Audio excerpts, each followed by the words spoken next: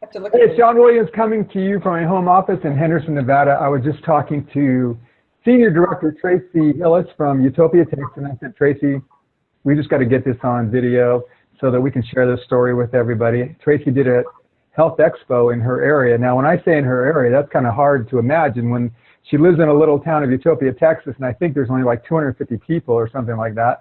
But somehow they were able to find an expo, a pretty big expo, and they had some great results. So Tracy, I'm just going to turn it over to you and tell us what the expo was all about. And I know that we want to talk a little bit about Operation Hydration and how that worked out for you. How are you?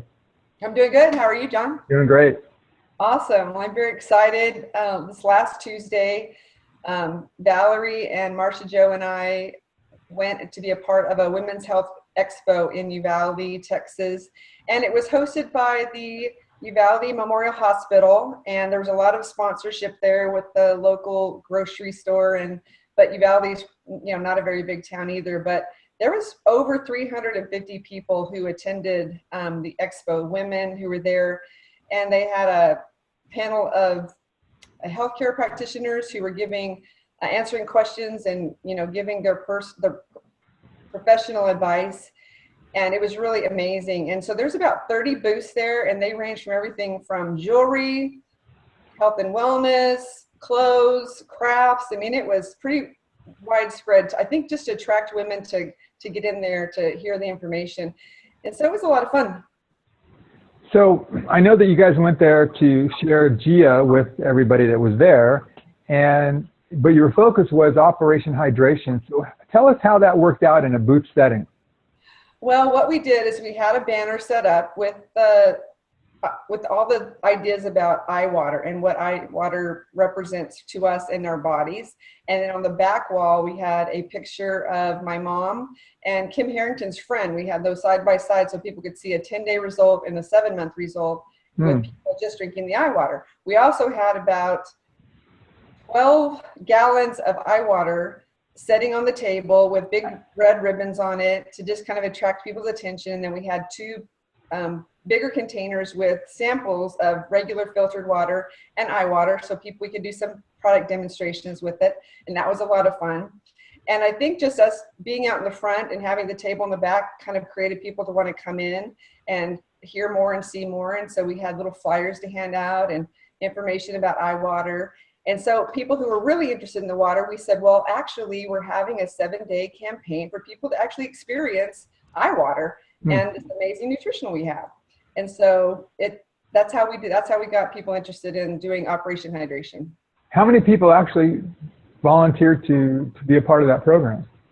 Let's see. I think that I had 4 people, and Marcia Joe had 2 people, and Valerie had 2 people, but then she also had people who contacted her after the expo a couple of days later that she followed up with, who also are starting Operation Hydration. So I think we have right around 12 people. Okay, good. Now, didn't it seem like it was a simple conversation? I don't know. It's easy, huh? So simple.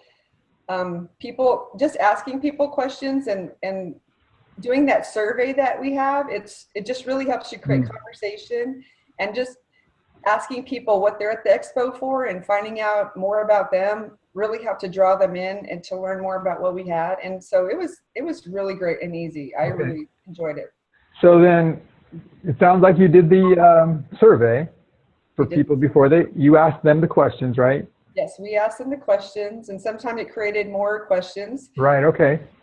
I think a key idea about this survey is you don't want to hand it to them and have them fill it out. You want to ask the question. That's really what you're doing. You're building a relationship, at the same time getting valuable information about things that they might need from a product point of view. Now, the next step we usually do is we show the testimonial video. How did that work out? What did you do about that? Well, what we did was we got their contact information, either email or their phone number, to either text them the link, or we just asked them to, to agree to some of the steps. That part of the trial or the, opportunity was that they would also have some follow-up, that we would follow up with them and send them some different things to take a look at. And so the first one was the eye water, a testimonial video. And so with everybody that we sent it to, they've apparently, I think they've watched it. With my follow-up, they have watched it. Now, there's an interesting dynamic here that you're almost having a contract happen. Okay, we're going to let you be a part of this if you promise to let us do the follow-up and if you promise to watch the video. Yes. So I hope that all of you are kind of making that connection that there is a lot of value for what you're providing for your prospect or your potential customer. And for that value, their value back to you is actually being there for the follow-ups and watching the video, doing the things and following directions, right? Yes, exactly. I think it's really important. The video is almost like a three-way call because you're introducing them to your friends and to other people who are having the same experience, and you're going to hear from somebody different. So it's so important to incorporate those videos. And I've had really good feedback from the ones who have watched them. Yeah, the best case scenario is to watch the video together, but in a booth setting, I can't imagine that you could do that. Second best would be sending it to them and making sure that they're seeing the video in the beginning of the process, not somewhere during the week. You've got to really focus on helping them to see the possibilities about what they're going through. Okay, so now you have these folks out there, and I know you're doing some follow-up. What are you finding so far? I know we talked about one person that wasn't following directions, right? Right. I called to follow up with her the very first next day, and she said that she hadn't started the process. And I said, when do you think you're going to be able to start the process? And she said, I'm going to start it in the morning. So I told her I would be following up with her recently and that I had emailed her the link to watch that iWater testimonial video. And she told me that she would watch it. And so I was going to follow up with her on Saturday. Okay. And so she said, great, gave me a time frame to do it with. And so I followed up with her. She didn't answer the phone, but I just left her a really brief message, and she called me back later, and we had a little bit of a conversation regarding that. Okay, so that's where we get into a little bit of a difficulty, is that people promise to do things that they don't do because, you know, we're all busy. And so when you follow up about the video and they say, well, I haven't watched it yet, you know, getting that commitment about when, and I would say, if you can get them to like hang up the phone or even watch it with you on the phone, that probably would be beneficial. But if you can ask them, hey, can you watch it right now? And then let's get back together. And it's really just you taking charge of the whole process. It's not hoping that they do it. This is, like I said, you've provided value, and they owe you value back, really, is the way I look at it. And if they watch the video, then I think it's going to open up an idea of what's possible. Do you agree with that, Tracy? I absolutely agree with that. I think it's essential.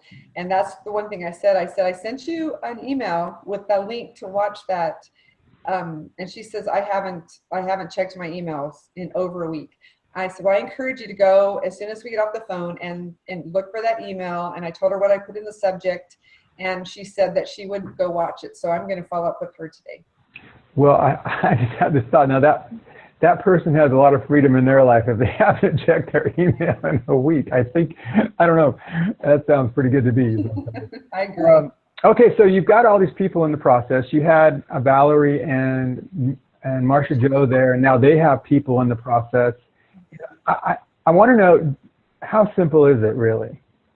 So simple, John. Anybody can do this. And I'm very excited because anybody who joins our team, then we can also just help them do the exact same thing. And we're just going to keep this process going over and over and over. Mm-hmm. I have one guy that I've introduced it to over in Kerrville, and he's even going through the numbers as we're talking. I'm not even telling him. And he's just saying, even if 1 out of 10 people who walk into my shop decide that they want to do this iWater, I mean, he's like, Tracy, you're going to be a millionaire. And I'm like, well, you can be a millionaire too. He's like, we can be millionaires. And so it was really fun listening to him just kind of calculate the numbers of just introducing people to iWater. Well, Tracy, I think that's the final thing that we'll talk about is expectations. What can we expect people to achieve in a week using the products? Well, number one, we never know. I know Karen Knott just had someone in 2 days call her up and say, oh my gosh, this is a miracle. Well, it wasn't a miracle, but it was really good, where she wanted more. She ended up joining our team.